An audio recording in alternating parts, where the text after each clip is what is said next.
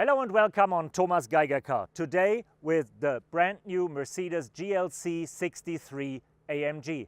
Until now there was only the 6-cylinder in the 43 model available with the AMG badge.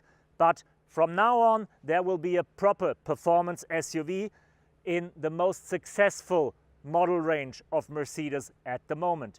Fitted with the original 4-liter V8 ranging up to 510 horsepower, this car will kick the ass of Audi SQ5 and the recently launched BMW X3 in its M Performance Edition. At least that is what Mercedes is claiming. If they are right and if this car could stick to this promise, that's what we're going to find out on our test drive here on Thomas Geiger Car.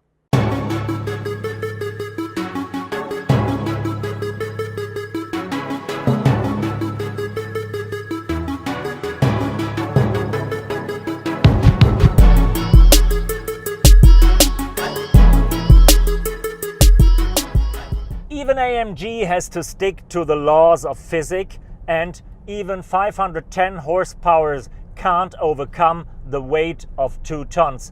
So this car is still heavy.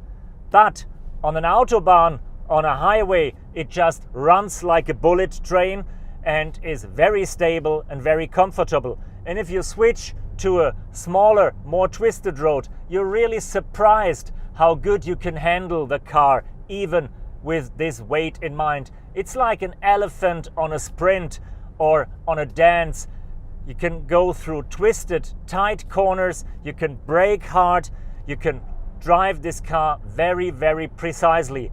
You can't compare it to a real sports car, but if you call that an SUV, you can do it with a capital S. The GLC 63 is using the standard 4-liter V8 turbocharged engine of AMG, which delivers up to 510 horsepower in this case and 700 Newton meters of torque. Enough to propel this car in 3.8 seconds from 0 to 100 and to get it up to 280 kilometers per hour. That makes it the fastest compact SUV in the segment. Being fast on the highway might be fun, but the big fun starts when you go to the smaller roads.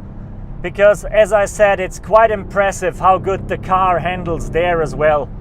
Even if you're high above the ground, you still got good control and can get around the corners pretty impressive and pretty fast. The character of the GLC changes dramatically when you change the different drive modes. In normal and sports, it's a very comfortable ride, but it can get pretty agile and aggressive if you switch into sports, sports plus, or in the race mode. And you tend to forget that you sit in a 4x4 then, because the back gets quite a bit twisty and makes the drive very interesting and very funny.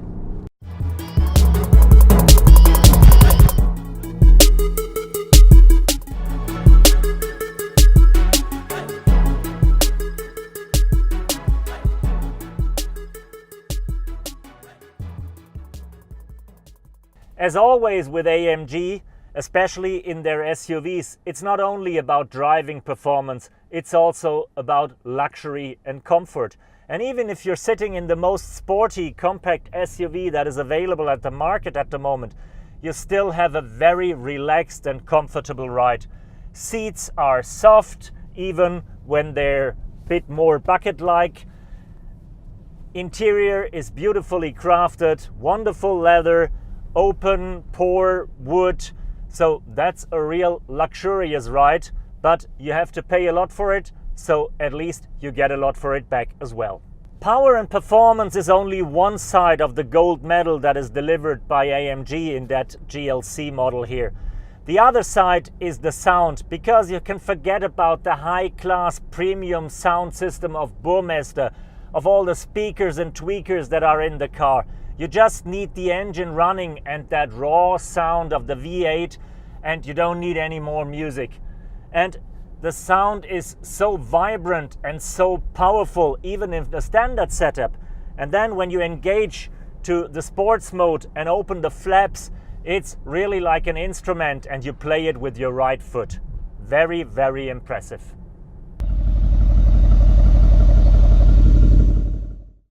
Thank you for joining me on my first test drive with the Mercedes GLC 63 AMG.